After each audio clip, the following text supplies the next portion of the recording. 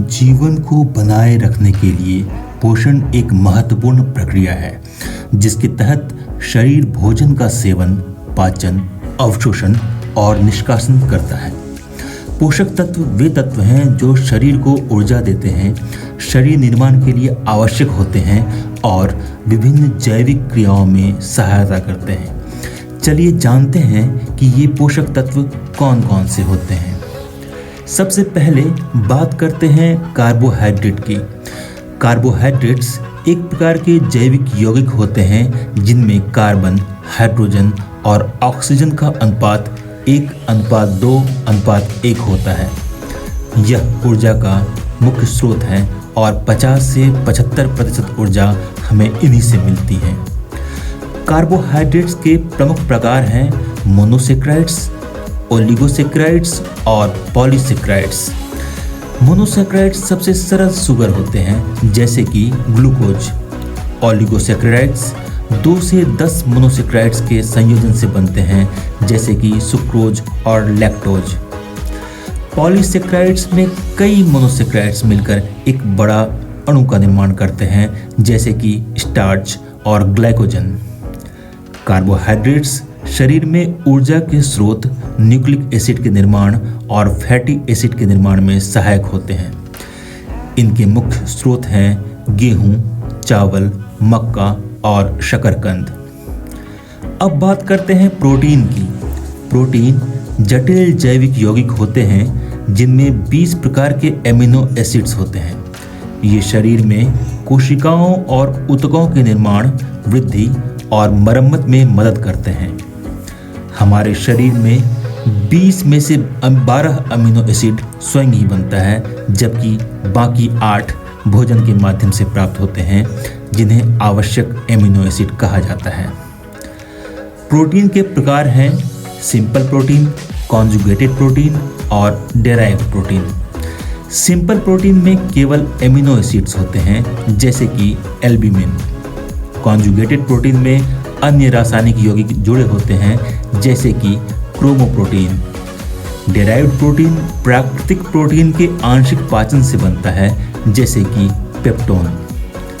Protein शरीर के ऊतकों, कोशिकाओं और प्रोटोप्लाज्म के निर्माण में सहायक होते हैं। इनकी कमी से कुपोषण जैसी बीमारियां होती हैं जैसे कि क्वाशियोरकर और मेरस्मस। जहां तक वसा की बात है तो वसा ग्लिसरॉल और फैटी एसिड से बने होते हैं। ये ऊर्जा का गहन स्रोत हैं और शरीर को इंसुलेशन तथा सुरक्षा प्रदान करते हैं। वसा भी 2 प्रकार के होते हैं, सैचुरेटेड और अनसैचुरेटेड। सैचुरेटेड वसा ठोस अवस्था में होता है जैसे कि घी। अनसैचुरेटेड वसा तरल अवस्था में होते हैं जैसे कि तेल। वसा का कार्य शरीर को ऊर्जा देना, त्वचा को नम रखना और भोजन का स्वाद बढ़ाना है।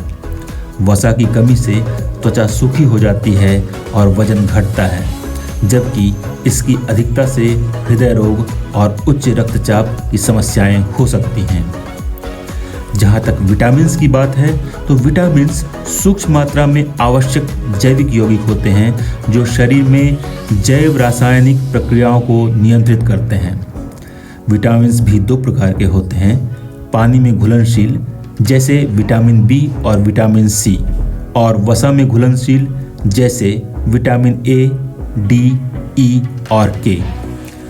विटामिन ए की कमी से रतौंधी होती है। विटामिन डी की कमी से बच्चों में रिकेट्स और वयस्कों में ऑस्टियोमलेशिया होती है। विटामिन बी1 की कमी से बेरी और विटामिन सी की कमी से स्कर्वी जैसी बीमारियां होती हैं। विटामिन्स शरीर की वृद्धि, प्रतिरक्षा, दृष्टि, हड्डियों की मजबूती और रक्त का थक्का जमने में महत्वपूर्ण भूमिका निभाते हैं। खनिज तत्व अकार्बनिक पदार्थ होते हैं जो शरीर के विभिन्न कार्यों में सहायता करते हैं जैसे कि तंत्रिका संचरण और मांसपेशी संकुचन। कैल्शियम हड्डियों और दांतों के लिए आवश्यक होता है। आयरन रक्त में हीमोग्लोबिन के निर्माण में सहायक होता है।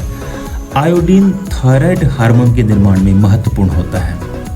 इन खनिजों के मुख्य स्रोत दूध, मांस, मछली और हरी सब्जियां हैं। पानी भी काफ़ी आवश्यक होता है।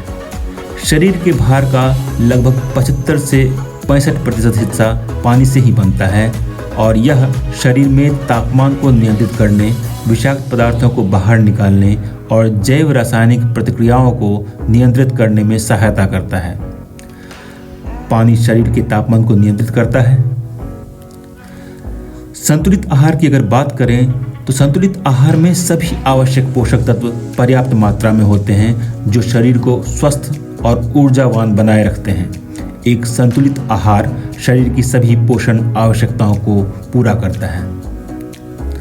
प्रतिदिन अगर आवश्यक कैलोरी की बात करें तो हल्का कार्य करने वालों के लिए, पुरुषों के लिए 2000 कैलोरी और महिलाओं के लिए 2100 कैलोरी ऊर्जा की ज़रूरत होती है।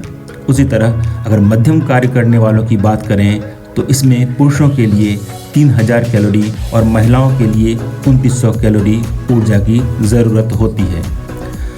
कठोर कार्य करने वालों के लिए पुरुषों में 3600 कैलोरी और महिलाओं के लिए 3000 कैलोरी ऊर्जा की ज़रूरत होती है। कुछ अन्य तथ्यों की अगर बात करें तो सोडियम बेंजोएट का उपयोग खाद्य पदार्थों को संरक्षित करने के लिए किया जाता है। और एक रोचक तथ्य यह है कि दूध को संपूर्ण आहार नहीं माना जाता क्योंकि इसमें विटामिन सी और आयरन की कमी होती है। इस तरह से ये सभी पोषक तत्व और संतुलित आहार हमारे जीवन को स्वस्थ बनाए रखने में महत्वपूर्ण भूमिका निभाते हैं। सही मात्रा में संतुलन में पोषक तत्वों का सेवन करना आवश्यक है ताकि शरीर का विकास और उसकी कार्यप्रणाली सुचारू रूप से चलती रहे।